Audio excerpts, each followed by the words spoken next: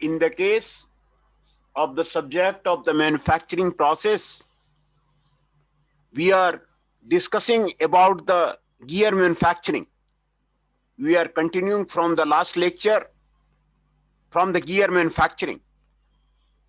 Gear manufacturing का कौन कौन सी मेथड हैं उसके बारे में हम लोग डिस्कस कर रहे थे। उसमें जो एक मेथड है इंजेक्शन मोल्डिंग। इंजेक्शन मोल्डिंग से नॉन मेटालिक गियर्स थर्मोप्लास्टिक का, नायलॉन का, एसीटेल का आपको गियर आपको बनाया जाता है। ये इंजेक्शन मोल्डिंग प्रोसेस है। ये आपको लो प्रिसीजन गियर ये स्मॉल साइजेज में आपको बनाया जाता है ना। तो इसके एडवांटेज हैं low cost and it run without the lubricant at the light loads, है ना। थर्मोप्लास्टिक मटेरियल का, नायलॉन का, एसीटोन का non metallic gears injection moulding से बनाया जाता है ना। और ये जो गियर्स हैं लो कॉस्ट के होते हैं और low precision gears in small sizes होते हैं और it runs without the lubricant at the light road. Light road में आपको ये आपको काम करता है। जो इंजेक्शन मोल्डिंग गियर्स हैं वो आपको कैमराज में यूज किए जाते हैं, प्रोजेक्टर्स में यूज किए जाते हैं, वाइंड सिल वाइपर्स में यूज किए जाते हैं, स्पीडोमीटर में यूज किया जाता है, लॉन स्प्रिंकलर्स में यूज किया जाता है, वॉशिंग मशीन में आपको यूज किया जाता है ना। इसमें जो मटेरियल जो जो यूज होता है जिसका आपको गियर बनता है वो नायलॉन का होता है, सेलुलोज एसीटेट का होता है, पॉलीस्टायरीन का होता है, पॉलीइमाइड का होता है। मटेरियल आपको इन्हीं मटेरियल का आपको बनता है ना।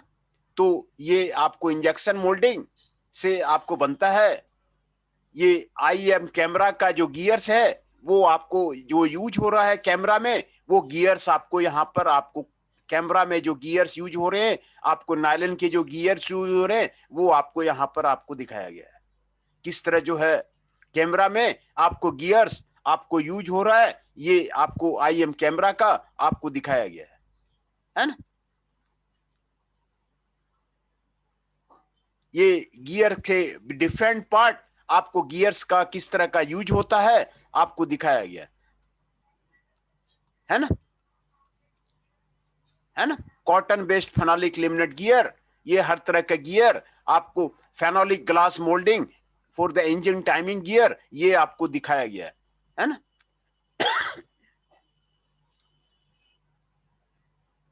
टेलीविजन सेट कंट्रोल के लिए, साउंड प्रोजेक्टर के लिए, आपको इलेक्ट्रॉनिक इंस्ट्रूमेंट के लिए नायलॉन फैब्रिकेट गियर आपको दिखाया गया है। ये आपको इंजेक्शन मोल्डिंग से आपको बनता है ना। इंजेक्शन मोल्डिंग से आपको बनता है। दूसरा एक्सट्रूडिंग प्रोसेस से गियर बनता है। एक्सट्रूजन प्रोसेस है। एक्सट्रूजन प्रोसेस में हॉट एक्सट्रूजन से आपको ये जो है आपको गियर बनता है। हॉट एक्सट्रूजन प्रोसेस से आपको गियर बनता है।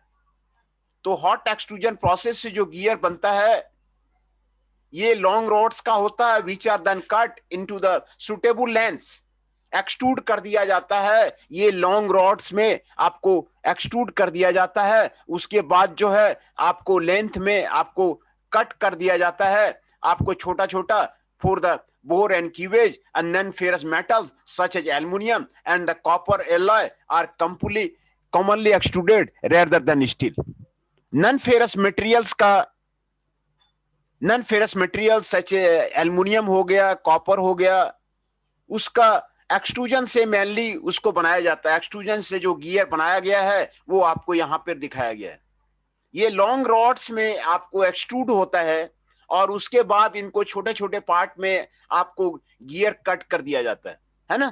एक्सट्रूजन से जो गियर बनता है ये आपको सरफेस फिनिश आपको बेटर होता है and clean edges, pore free dense structure and the high strength. आपको ये पोर फ्री स्ट्रक्चर होता है क्योंकि एक्सट्रूजन में प्रेशर देते हैं तो उसमें आपको डेंस स्ट्रक्चर मिलेगा, आपको हायर स्ट्रेंथ मिलता है। आपको एक्सट्रूजन से जो गियर बनता है आपको उसमें स्ट्रेंथ आपको हायर होता जो एक्सट्रूजन से जो गियर बना हुआ है आपको यहाँ पर आपको दिखाया गया है। जो जो मटेरियल जो एक्सट्रूजन से आपको बनेगा, कॉपर का बनेगा, नेवल ब्रास का बनेगा, आर्किटेक्ट यूरल ब्रांच का बनेगा, फास्फोरस ब्रांच का बनेगा, ये सारे मटेरियल का जो नॉन फेरस मटेरियल का आपको एक्सट्रूजन से गियर बनता है ना। जो आपको एप्लीकेशन है splined hollow, solid shaft, scooter gear, sector gears में आपको एक्सट्रूजन का जो गियर है वो आपको यूज होता है ना। देखिए जो एक्सट्रूडेड सेक्शन है, ये गियर का आपको सेक्शंस आपको दिया हुआ है। नंबर ऑफ टीथ इतना है, आउटसाइड डायमीटर इतना है, पिच डायमीटर इतना है, रूट डायमीटर इतना है, पिच इतना है, टूथ थिकनेस इतना है। ये सभी गियर का आपको यहां पर आपको दिया हुआ है। नंबर ऑफ टीथ कितना है, आउटसाइड डायमीटर कितना है, रूट डायमीटर कितना है, पिच कितना है, टूथ थिकनेस कितना है, ये आपको एक्सट्रूडेड सेक्शन का ये आपको यहां पर आपको बताया हुआ है ना। जो आपको कोल्ड फॉर्म गियर ब्लैंक है, ये यहां पर आपको फिगर आपको दिखाया गया है। Station 1, station 2, station 3, station 4, station 5 में किस तरह जो है आपको फॉर्म करके गियर ब्लैंक को आपको बनाया जाता है। ये आपको रॉ मटेरियल है। स्टेशन 1 में आपको स्क्वायरिंग किया गया, स्टेशन 2 में फॉर्म साफ बनाया गया, स्टेशन 3 में एक्सट्रूड बोर किया गया, स्टेशन 4 में पियर स्लग किया गया, स्टेशन 5 में ऑटो प्रोब बोर किया गया। ये आपको कोल्ड फॉर्म गियर ब्लैंक ये आपको यहां पर आपको किया गया है ना। Station 1, station 2, station 3, station 4, station 5 में आपको ये किया गया। ये आपको यहां पर एक्सट्रूजन का आपको 5 स्टेशन का आपको यहां पर आपको दिखाया गया है। Stages in the extrusion of the gear, extrusion से जो गियर बनाते हैं उसका यहां पर आपको दिखाया गया। Helical gear made by the extrusion, ऐसे ही एक्सट्रूजन से आपको गियर बनाता है और फिर इसको कट कर देते हैं छोटे छोटे साइजेज में, उसको कट कर देते हैं पीसेस में, आपको इसको कट कर देते हैं। जो एक्सट्रूजन से जो गियर बनता है उसको पीसेस में छोटे छोटे पीस करके आपको कट कर देते हैं। ये एक्सट्रूजन से गियर बनता है। कोल्ड ड्रॉइंग से भी आपको गियर बनता है। Cold drawing forms teeth on the steel rod by drawing the hardened die. The cold working increases strength and reduces the ductility. Cold drawing में आपको गियर बनता है। कोल्ड ड्रॉइंग प्रोसेस से आपको स्ट्रेंथ बढ़ जाता है, डक्टिलिटी रिड्यूस हो जाता है। The rods are then cut into the usual length or machine for the bores and the keyway. ये आपको कोल्ड ड्रॉइंग में आपको किया जाता है। कोल्ड ड्रॉइंग में है ना, ये आपको टीथ पिनियन आपको दिखाया गया। स्टाम्पिंग में सीट मेटल पार्ट्स का आपको गियर बनता है। Low precision gear at the low cost in the high quantity, आपको स्टाम्पिंग मेटल में आपको सीट मेटल में आपको स्टाम्प करके आपको बनाया जाता है। स्टाम्पिंग प्रोसेस से बनाया जाता है। स्टाम्पिंग प्रोसेस से जो गियर बनता है उसका सरफेस फिनिश और एक्यूरेसी जो है आपको पुअर होता है ना। Two shapes to form low precision gear at the low cost in the high quantity, ये आपको स्टाम्पिंग से बनता है। Toy gear, hand operated machine gear, slow speed mechanism, ये आपको स्टाम्पिंग से बनता है। Precision stamping, the dies are made of the high precision with the close tolerance, the stamped gear will not have the burrs. Clock का जो gear है, watch का जो गियर है, वो आपको स्टाम्पिंग से बनता है। सीट मेटल में आपको अगर गियर बनाना है तो स्टाम्पिंग प्रोसेस से बनते हैं। डाई से आपको स्टाम्पिंग से आपको डाई में बनता है ना। These are the low cost in the high quantity, आपको स्टाम्पिंग में आपको जो है हाई क्वांटिटी में प्रोड्यूस करना है, लो कॉस्ट में प्रोड्यूस करना है, तो आपको स्टाम्पिंग प्रोसेस से आपको ये आपको बनता है ना। फॉर्मिंग ऑफ द गियर्स, ये आपको उधर से ही बनता है।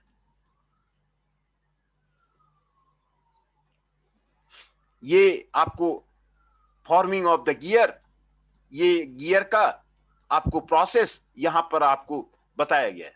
ये आपको फॉर्मिंग ऑफ का आपको दिखाया गया है। फोर्जिंग बार लेंगे, उससे मशीन बिलेट बनेगा, प्रोटेक्टिव एटमॉस्फेयर बिलेट हीटिंग होगा, फर्स्ट स्टेप में फोर्जिंग होगा, सेकंड स्टेप में फिनिश टीथ फॉर्म होगा, उसके बाद साइकिल पुल होगा, उसके बाद मशीन फॉर्म टूथ प्रोफाइल बनेगा, फिर ग्रिड ब्लेस बनेगा, फिर हीट ट्रीटमेंट करेंगे, फिर क्लीनिंग करेंगे, फिर इंस्पेक्ट करेंगे, है ना।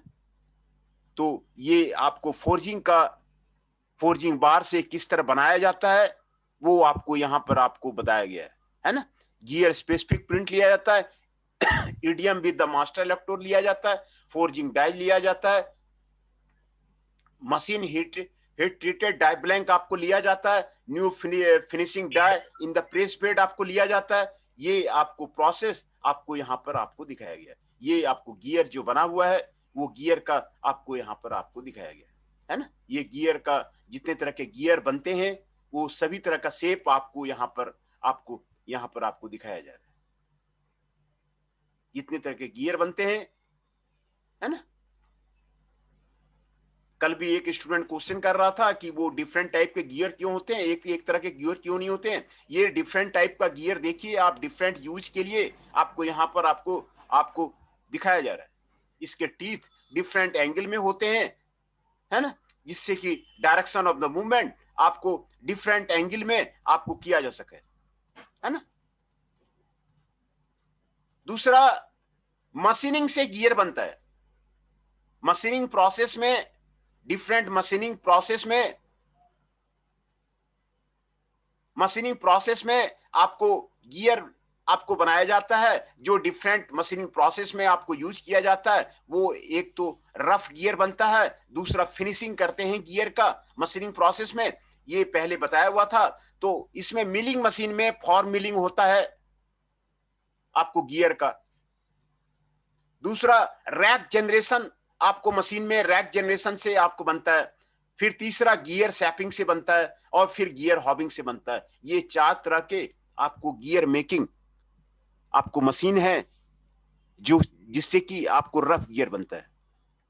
गियर का फिनिशिंग, गियर शेविंग करते हैं, गियर की ग्राइंडिंग करते हैं, गियर की बर्निशिंग करते हैं, गियर की लैपिंग करते हैं, गियर की होनिंग करते हैं। ये सारे मशीन आपको, ग्राइंडिंग का अलग है, बर्निशिंग का अलग है, लैपिंग का हो सकता है आपने लैब में देखा होगा, लैब जो मटेरियल साइंस का लैब में लैपिंग प्रोसेस किया जाता है वो देखा होगा। होनिंग मशीन आपको जो है जमीन के अंदर होता है, होन लगे होते हैं, उसमें फिनिशिंग होता है, वो आपने कहीं देखा नहीं होगा। तो ये सारे मशीन हैं जहां से आपको गियर का आपने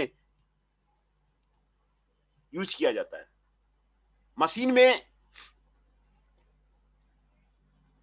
रफिंग प्रोसेस के लिए मिलिंग कटर में जो ये आपको कटर है, मिलिंग कटर है, collection of the gear cutting tool, this type milling cutter, है ना, दिस टाइप मिलिंग कटर दिखाया जा रहा है।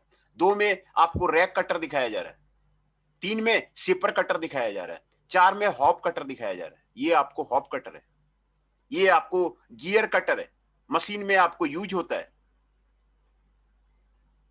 है ना।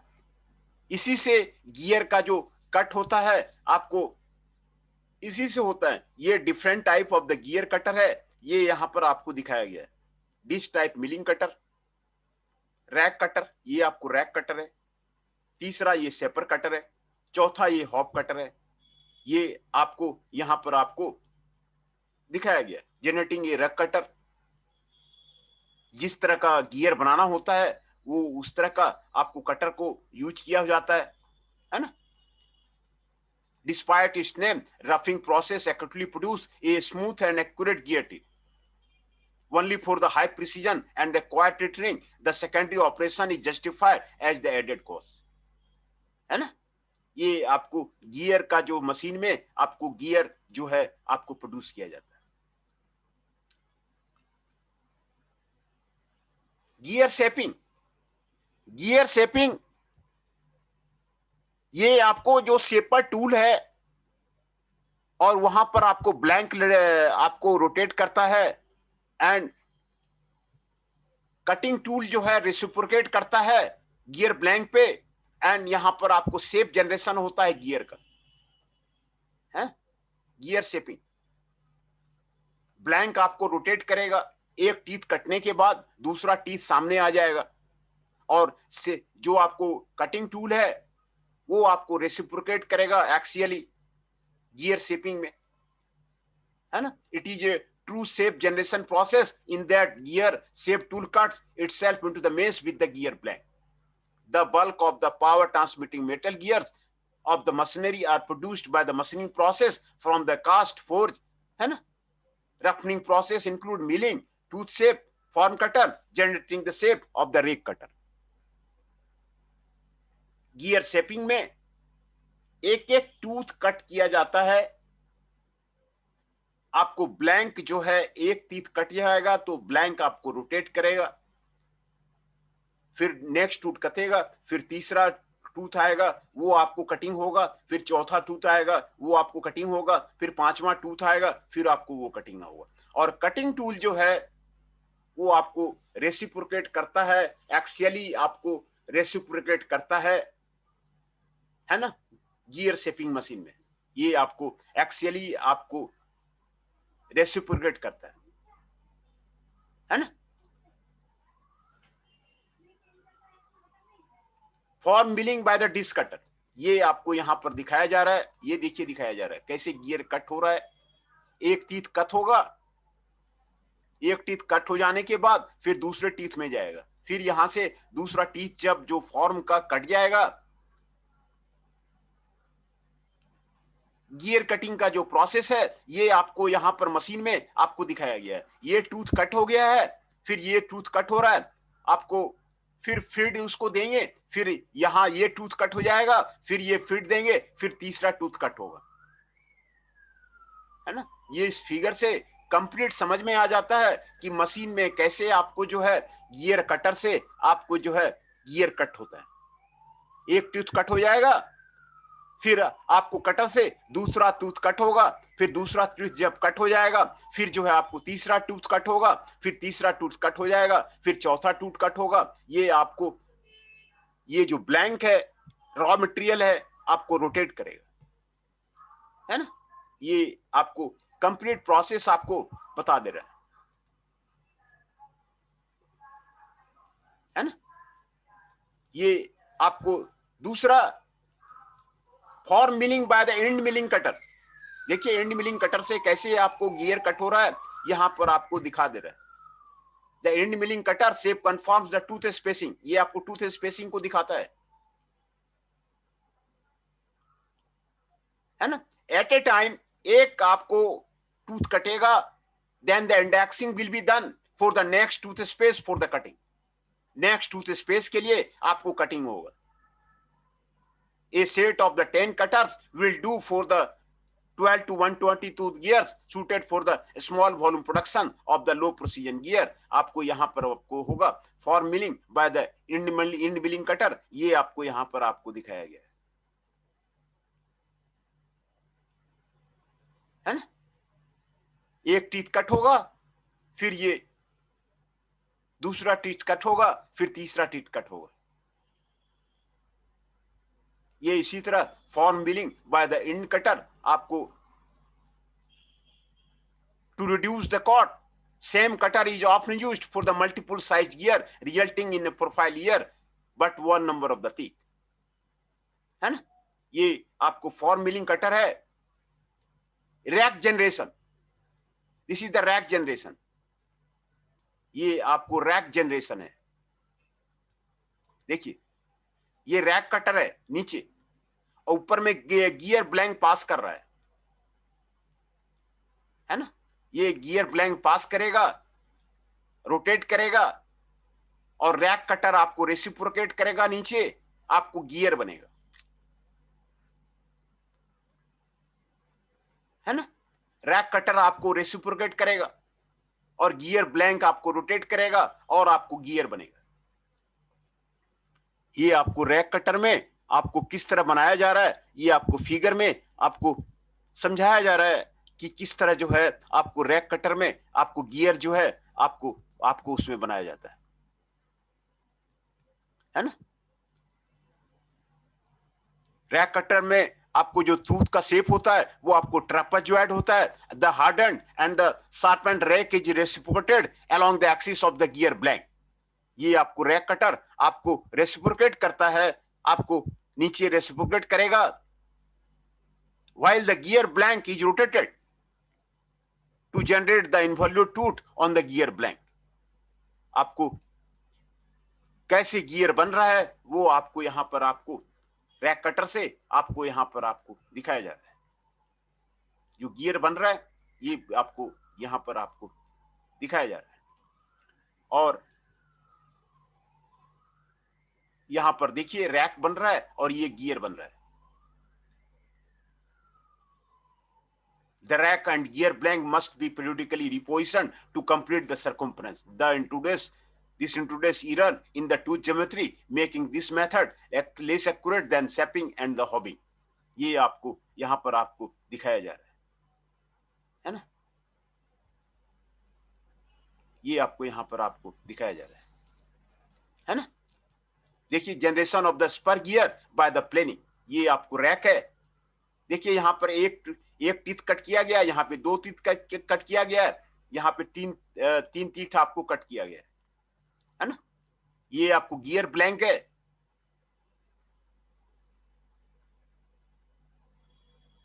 यहाँ पर 1 टीथ कट हुआ है, यहाँ पे 2 टीथ कट हुआ है, यहाँ पर आपको 3 टीथ कट हुआ है।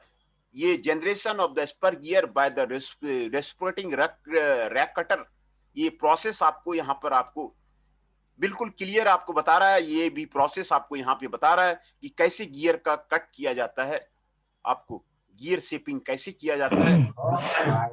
इसमें फिक्स क्या रहता है सर, वर्क पीस या मतलब हमारा जिससे काटते हैं वो? ये जो वर्क पीस है ये आपको जो आपको सर्कुलर दिखाया गया है, ये वर्क पीस है, ब्लैंक है जिसको बोलते हैं, ब्लैंक गियर ब्लैंक इसको बोलते हैं। ये आपको रोटेट करता है और ये जो टूल है, टूल आपको रेसिप्रोकेट करेगा, टूल आपको रेसिप्रोकेट करता है। ये टूल आपको दिखाया गया है, ये आपको गियर ब्लैंक आपको दिखाया गया है। तो गियर ब्लैंक आपको रोटेट करेगा और जो टूल है टूल आपको रेसिप्रोकेट करेगा, है ना। और सर ये गियर कटिंग में हम ऑयल बेस्ड कूलेंट का ही मतलब ज्यादा इस्तेमाल क्यों करते हैं? क्योंकि मैंने बहुत सारी जगहों पे देखा, मैंने आपको बताया ही था, बट मैंने हर जगह पे देखा है जो गियर कटिंग में हॉबिंग में हम ऑयल बेस्ड जो है यूज करते हैं कूलेंट। हाँ तो उसमें हाँ कूलेंट तो उसमें तो यूज करना ही पड़ेगा। कूलेंट तो मैं बताया था कि वो आपको जो फंक्शन है उसका कूलिंग का और चिप रिमूवल का वो सारे काम कूलेंट करते हैं। तो मशीनिंग ऑपरेशन में कूलेंट तो आपको यूज करना पड़ेगा। तो सर वाटर बेस्ड क्यों नहीं करते वहां पे, वहां ऑयल बेस्ड क्यों करते हैं? अच्छा, वाटर बेस्ड में देखिए 2 चीजें हैं आपको यहाँ पर। वाटर बेस्ड कहने का मतलब है वो आपको सस्ता पड़ता है ना। वाटर में आप ऑयल को लगाएंगे तो वो आपको महंगा पड़ेगा। वाटर से जो हायर टेम्परेचर होता है तो उसमें एक मिनट सर, तो सर एक मिनट सर, कोई भी इंडस्ट्रियलिस्ट ये नहीं चाहेगा जो उसको ज्यादा कॉस्टिंग पड़े, वो तो हमेशा चाहेगा वाटर बेस्ड ही यूज करे। फिर ऐसा क्यों करता है जो ऑयल बेस्ड ही कूलेंट का उपयोग हम गियर में करते हैं, गियर मैगजीन में? वाटर से क्या होता है ना, वाटर जो है ना आपको हायर टेम्परेचर प्रोड्यूस हो जाता है मशीनिंग में, तो वो ऑक्सीडेशन क्रिएट करेगा, वो कोरोजन क्रिएट करेगा, वो रस्टिंग क्रिएट करेगा। वाटर से जो है ना रस्टिंग ज्यादा होता है, जो जो कोरोजन होता है ना वो आपको रस्टिंग ज्यादा होगा। ऑयल से जो है आपको कोरोजन जो है आपको नहीं होता है, रस्टिंग नहीं होता है।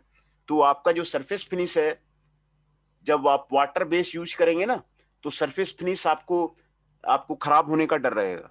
तो जहां पर आपको स्ट्रिक्टली रिक्वायर्ड है कि वेंडर को, मान लीजिए मारुति का वेंडर है, मारुति कह रहा है कि नहीं हमें अच्छा सरफेस फिनिश चाहिए,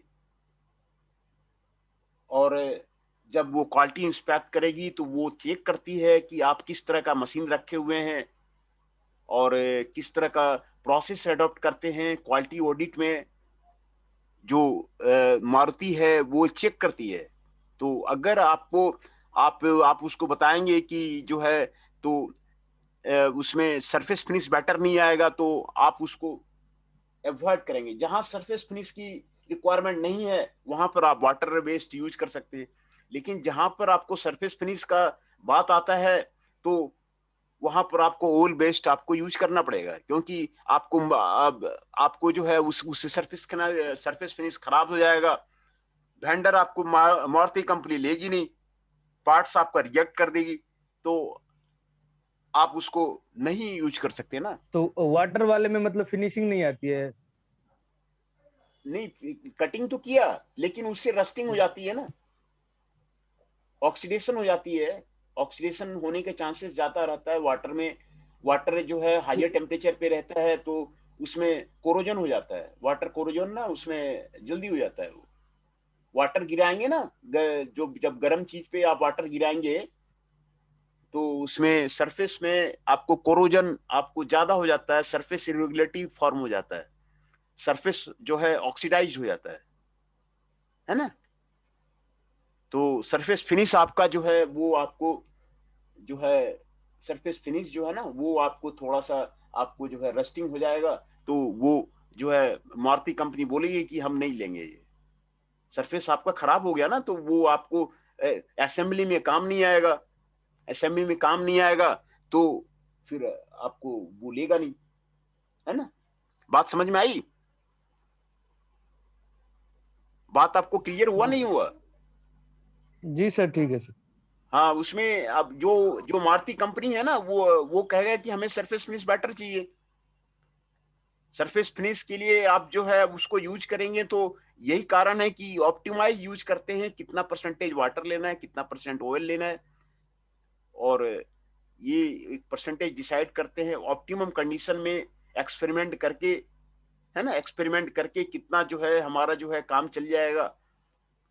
ऑयल बढ़ाएंगे आपका कॉस्ट बढ़ेगा, तो वो जो है परसेंटेज जो है आपको चेक किया जाता है, उसी के अकॉर्डिंग आपको वो किया जाता है ना।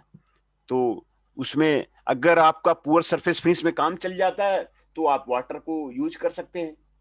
बहुत सा ऐसा जगह है जहां पे कि सरफेस फिनिश आपको नहीं चाहिए, तो है ना, गन्ना का मशीन है, गन्ना का मशीन वाला जो गियर है तो उसमें ज्यादा सरफेस फिनिश नहीं चाहिए, जो वहां पर उस तरह का गियर का यूज कर रहे हैं तो वहां पर आप वाटर को यूज कर सकते हैं, है ना। और जहां पे सरफेस फिनिश का आपको ज्यादा रिक्वायरमेंट है तो वहां आपको आपको ऑयल वाला आपको ज्यादा आपको कूलेंट्स आपको यूज करना पड़ेगा, है ना। तो यही जो है मेन रीजन है जो है different type of the coolants को आपको यूज करने का, है ना। ठीक है, आगे बढ़े। ये जो आपको जो generation of the spur gear है, स्पर गियर को कैसे जनरेट हो रहा है यहाँ पर आपको स्टेजेज में आपको दिखाया गया है ना। सर यहाँ सबसे पहले तो ये स्पर गियर होता क्या है, ये सबसे पहले बता दो ना सर। ये स्पर गियर कैसा होता है, क्या होता है, कहाँ यूज करते हैं, इसकी क्या प्रॉपर्टीज होती है, ये सब हाँ हमारे सिलेबस में है कि नहीं सर? हाँ, ये स्पर गियर का तो है, लेकिन हमारे पास जो सिलेबस है वो गियर मैन्युफैक्चरिंग का स्पर गियर, तो ये जो गियर आपको यहाँ पे दिखा रहा है ना वो स्पर गियर कहलाता है। दूसरा हेलिकल गियर होता है तो उसमें एक्सिस होता है, वो एंगल पे बना होता है। ये ना पैरेलल कट होता है, उसको स्पर गियर बोलते हैं। मैं आपको फिगर मैं आपको दिखा रहा हूँ स्पर गियर का। ये देखिए आपको स्पर गियर है ना। ये सारे जो इसके जो टूथ है ना, ये टूथ आपको पैरेलल है ना। अगर ये इंक्लाइंड होगा, ऐसा तो सर पिच गियर में भी होता है सर, पैरेलल पिच गियर ले लो आप, तो उसमें भी ऐसा ही होता है, पिच पैरेलल तो वाला। पिच पिच तो इसके बीच का ये जाना था ना। हेलिकल गियर नहीं में नहीं, ये पिच गियर भी होता है ना सर, एक पिच गियर। पिच गियर कहाँ होता है? पिच होता है गियर में, पिच होता है। हेलिकल वो गियर तो मुझे पता है, तीत के बीच का डिस्टेंस को हम पिच आप कहते हैं। पिच कहते हैं। बट मैं, तो हाँ तो वो तो बताइए, बट मतलब ये मैंने स्पर गियर इंडस्ट्री का में आपको देखा फिगर मैं आपको दिखा रहा हूँ। ये इसमें जो है ना, जी। ये जो टीथ है ना, ये पैरेलल है ना। ये टीथ पैरेलल है, इसको स्पर गियर बोलते हैं। जहां पे पैरेलल मोशन को आपको पैरेलल मोशन ट्रांसमिट करना है, पैरेलल मोशन आपको ट्रांसमिट करना है, एक एक्सिस से दूसरे एक्सिस में ट्रांसमिट करना है ना। तो आप क्रशिंग मशीन देखा होगा जहां की आपको पैरेलल मोशन आपको ट्रांसमिट किया जाता है, तो आपको वहां पर स्पर गियर यूज किया जाता अगर यही आपको हेलिकल गियर का मैं दिखा रहा हूं, कहीं पे आपको मिल गया, ये भी आपको पैरेलल गियर का ही है, ये भी, ये देखिए हेलिकल गियर दिखा रहा है, एक्सटर्नल गियर है ना, एंगल पे इंक्लाइंड है ये, है ना, ये एंगल पे इंक्लाइंड है। तो ये आपको जो है एंगल पे जो है आपको जो मोशन ट्रांसमिट करेगा, एंगल में आपको मोशन ट्रांसमिट इस करेगा। एंगल को क्या बोलते हैं सर? हेलिक्स एंगल बोलते हैं ना हेलिक्स इसको? एंगल बोलते हैं। ये कितना ठीक। एक्सिस से कितना हेलिक्स में आपको जो है ये आपको तो ये किस है तरह के सर किस तरह के रिक्वायरमेंट के हिसाब से हमारा हेलिक्स एंगल तैयार होता है? रिक्वायरमेंट, आपको एंगल में हेलिक्स में मोशन ट्रांसमिट करना है ना, हेलिक्स गियर बनाना है, तो आपको ये हेलिकल कटर भी उसी तरह का होगा, कटर भी उसी नहीं तरह का सर, जब होगा। जब मैं ये पूछ रहा हूँ, हाँ जो इसका जो हेलिक्स एंगल है, तो वो हाँ तो हर एक गियर का तो हेलिकल गियर का तो अलग अलग होगा ना सर? हाँ, तो वो बिल्कुल अलग किस होगा। प्रॉपर्टी पे डिपेंड करता है? हेलिक्स एंगल किस आधार पे हम हेलिक्स एंगल को चेंज करते हैं और क्यों वो करते हैं? रिक्वायरमेंट पे डिपेंड करेगा ना, आपको 2 डिग्री तो वही हेलिक्स, रिक्वायरमेंट क्या हो सकती है सर, मैं वही पूछ रहा हूँ।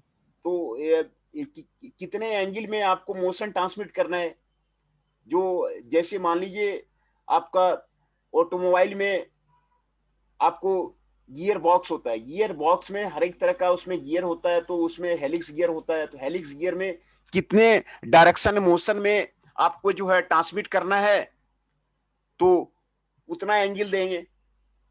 गियर बॉक्स तो सर हो गया जो रिड्यूस करने के लिए हम यूज करते हैं मोटर के आरपीएम को। हाँ, गियर बॉक्स यूज करते हैं ना, उसमें उसमें हेलिक्स गियर यूज करते हैं, एंगल पे ट्रांसफर करते हैं। तो 2 डिग्री पे आपको एंगल ट्रांसफर करना है, तो हेलिक्स एंगल 2 डिग्री का देंगे। 3 डिग्री का आपको ट्रांसफर करना है, तो 3 डिग्री का देंगे। जहां पे जिस मशीन में जितना हेलिक्स एंगल का रिक्वायरमेंट होगा, उसी का जो है आपको जो है उतना ही हेलिक्स एंगल देंगे। ये एंगल दिया हुआ है ना, एक्सिस से आपको एंगल दिया हुआ है, तो उतना ही एंगल का आपको जो है उसमें हेलिक्स जो है आपको एक्सिस से एक्सिस से आपको आपको प्रोड्यूस किया जाएगा, है ना। तो ये आपको उसको रिक्वायरमेंट पे कि कौन सा मशीन के लिए आप बना रहे हैं, कौन सा मशीन के लिए बना रहे हैं, कौन सा कितना डिग्री एंगल का चाहिए, उतने ही एंगल का आप कटर जो है आप यूज करेंगे, है ना, उतने ही एंगल का आप कटर जो है यूज करेंगे। तो ये आपको आपको गियर कट करने का आपको यहाँ पर आपको कंप्लीट बताया गया है कि यहाँ पर देखिए आपको ऊपर कटर है और नीचे ब्लैंक है, ये आपको ब्लैंक रोटेट करता है और गियर से कट होता है ना। ये आपको ये जिस तरह का आपको गियर बनाना है, आपको देखिए यहाँ पे आपको दिखाया जा रहा है ना, ये ब्लैंक है, ये कटर है, इसको हॉब बोलते हैं, हॉप टीथ बोलते हैं, मल्टीपल हॉप टीथ रहता है। ये आपको दोनों आपको ये इस डायरेक्शन में रोटेट करता है, ये इस डायरेक्शन में रोटेट करता है, और ये आपको गियर को कट करता है ना। सर और हम अपनी रिक्वायर्ड पिच के लिए क्या करते हैं सर? वो उस तरह का हम टूल ही यूज करते हैं हाँ, टूल ही या उस तरह का मतलब? यूज होगा ना, हॉब ही उस तरह का यूज होगा, ठीक है, जिस ओके। तरह का जो आपको गियर कट करना है। बिल्कुल, तो पिच का डिस्टेंस जितना चाहिए हाँ हमें हाँ हाँ हाँ, दोनों बिल्कुल दांते के बीच बिल्कुल में। बिल्कुल बिल्कुल, आपको जिस तरह का जो है आपको यूज करना है, वो उसी तरह का जो है आपको जो हॉब में जिस तरह का रहेगा, उसी तरह का तो वहां भी कट करेगा, उसी तरह का शेप वहां भी तो कट करेगा। तो जितना वहां पर आपको रहेगा, वही इसमें हॉब में जो रहेगा, वही आपको एंगल, वही ये जो है पिच, वही जो है आपको रूट डायमीटर, वही सारा उसमें कट करेगा। जो आपको ये हॉप टीथ आपको दिखाया जा रहा है, उसमें आपको जितना आपको रहेगा, है ना। सर गियर कटिंग जो है मटेरियल पे डिपेंड करता है? जैसे हम मतलब हर एक मटेरियल तो यूज नहीं कर पाएंगे उसमें। हाँ, तो कुछ। अभी आपको मैंने हाँ। बताया ना कि इंजेक्शन मोल्डिंग आपको प्लास्टिक गियर के लिए यूज किया जाता है, और आपको एक्सट्रूडिंग जो है नन फेरस के लिए यूज किया जाता है। ये आपको जनरली वो अलग अलग मटेरियल का अलग अलग प्रोसेस भी होता है ना। तो जो गियर है, गियर जो आपको कट होगा वो सभी तरह का मटेरियल में आप कट कर सकते हैं। ऐसा नहीं है कि किसी मटेरियल में नहीं कर सकते हैं। आप नॉन फेरस एलॉय भी ले सकते हैं, एल्युमिनियम का ले सकते हैं, ब्रांज का ले सकते हैं, कॉपर का ले सकते हैं, प्लास्टिक का भी ले सकते हैं, नायलॉन का भी ले सकते हैं, है ना। तो गियर तो सभी तरह के गियर बनते हैं ना। प्लास्टिक का भी आपने गियर देखा होगा, प्लास्टिक का भी गियर आपने देखा होगा, है ना। प्लास्टिक का भी आपने गियर देखा होगा। तो ये गियर जो है, बिल्कुल सर, बिल्कुल। हाँ, तो किसी भी मटेरियल का जो है वो गियर जो है आपको आपको बनता है। हाँ, टेफलॉन का भी सर, टेफलॉन का भी बनता है, टेफलॉन बहुत का भी ज्यादा यूज बनता होता है, है। टॉयज वगैरह में यूज होते हैं, टॉयज वगैरह में यूज होते बिल्कुल। हैं। तो वो आपको किसी भी मटेरियल का आपको गियर जो है बनता है। हाँ, तो टेफलॉन का तो और भी इस्तेमाल मशीन में भी कर लेते हैं सर। हाँ हाँ, सभी जगह यूज होता है वो, सभी जगह जो है वो उसका यूज होता है ना। सभी जगह आपको यूज होता है। तो यहाँ पर आपको गियर जो है एक इम्पोर्टेंट पार्ट है। जैसे मैंने बताया था कि गियर एक इम्पोर्टेंट पार्ट है, उसके बिना मशीनरी आप कल्पना ही नहीं कर सकते। गियर के बिना आप कहीं भी मोशन ट्रांसमिट करना है तो आपको गियर का आपको हेल्प लेना पड़ेगा। तो गियर जो है एक इम्पोर्टेंट कंपोनेंट है किसी भी चीज का, आपको मोशन ट्रांसमिशन के लिए,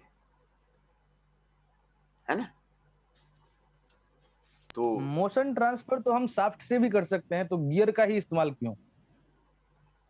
शाफ्ट से, शाफ्ट का मोशन जो ट्रांसफर होता है ना, तो वो अलग होता है। जो स्मॉल डिस्टेंसेस में जो आपको ट्रांसफर होगा वो आपको गियर से होगा। स्मॉल अच्छा, डिस्टेंसेस में ठीक। जो ट्रांसफर होगा वो आपको गियर से होगा। शाफ्ट से आप लॉन्ग डिस्टेंसेस के लिए आप शाफ्ट का यूज कर सकते हैं, या लॉन्ग डिस्टेंस में। लेकिन स्मॉल डिस्टेंसेस में आपको गियर का ही यूज करना पड़ेगा। गियर में ही जो है वो आपको, गियर का ही जो है आपको आप मोशन ट्रांसमिशन होगा, है ना। गियर से ही आपको मोशन जो है आपको जो है वो ट्रांसमिट होगा, मोशन जो है। सर डिफरेंट एंगल्स पे या डिफरेंट इसेंट्रिसिटीज पे मोशन ट्रांसफर करने के लिए गियर यूज करते हैं हम। हाँ, गियर ही यूज करेंगे। डिफरेंट टाइप का गियर आपको मैंने आपको यहाँ पे दिखाया हुआ था। डिफरेंट टाइप का गियर मैं आपको एक बार फिर आपको दिखाता हूँ। ये आपको सर गियर वो तो कटिंग पता का है। था, गियर प्रोड्यूसिंग का था। ये कटर था, different type of the cutter था। देखिए यहाँ पे दिखा रहा है ना different type of the gear. हर एक टाइप का गियर आपको दिखा रहा है। इस एंगल पे दिखा रहा है, इस एंगल पे दिखा रहा है, इस एंगल पे दिखा रहा है। तो जो भी जिस गियर का आपको रिक्वायरमेंट रहेगा, आपको उस तरह का गियर का ही आप यूज करेंगे। रैक एंड पिनियन जो होता है वो भी तो गियर का ही टाइप्स होता है। हाँ हाँ हाँ हाँ, रैक हो गया। रैक का तो मैंने अभी दिखाया था ना, रैक वाला कटिंग का मैंने दिखाया था आपको। रैक जी का, जी, अभी ऊपर देखा था। रैक का तो इसी को रैक बोलते हैं।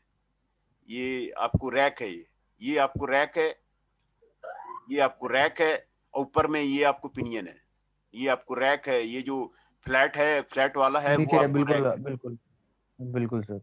ये आपको रैक है, और ये पिनियन है। रैक एंड पिनियन अरेंजमेंट है। जो गियर जो ब्लैंक गियर ब्लैंक है, आपको पिनियन है, और ये रैक है ना। आपका अटेंडेंस ले लेता हूँ, आपका समय जा रहा है, पहले अटेंडेंस आपका ले लेता हूँ।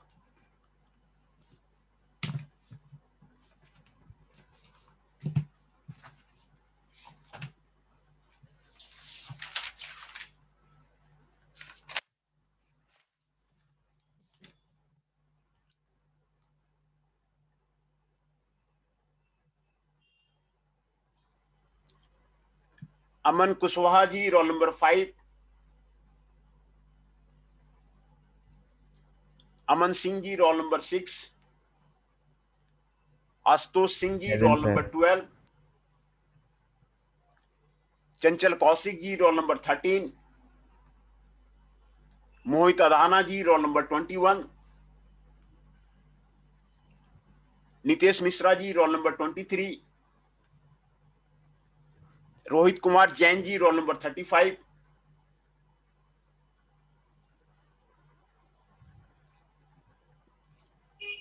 Shubham Kumar Rana ji, roll number 31। Tushar Kanaujia ji roll number 32। Present sir. Jatin Arya ji roll number 16। Tushar Saini ji roll number 33। फिर से मैं साक्या जी रोल नंबर 18। Yes sir. फिर से मैं आपको अटेंडेंस बता देता हूं। Tushar Saini ji roll number 33, Jatin Arya ji roll number 16, Tushar Kanaujia ji roll number 31, Shubham Kumar Rana ji roll number 31, Rohit Kumar Jain ji roll number 35, Nitesh Mishra ji roll number 23, मोहित अधाना जी रोल नंबर 21, कुणाल साक्या जी रोल नंबर 18, चंचल Kaushik ji roll number 13, Ashutosh Singh ji roll number 12, अमन सिंह जी रोल नंबर 6, अमन कुशवाहा जी रोल नंबर 5। ये सारे आपको प्रेजेंट हैं, है ना। तो ये आपको जो गियर जो कट किया जाता है, ये आपको गियर, यही आपको यहां पर मैं आपको बता रहा था, है ना। Generation of the spur gear, ये हॉब कटिंग का आपको, ये हॉब कटर है जी। ये आप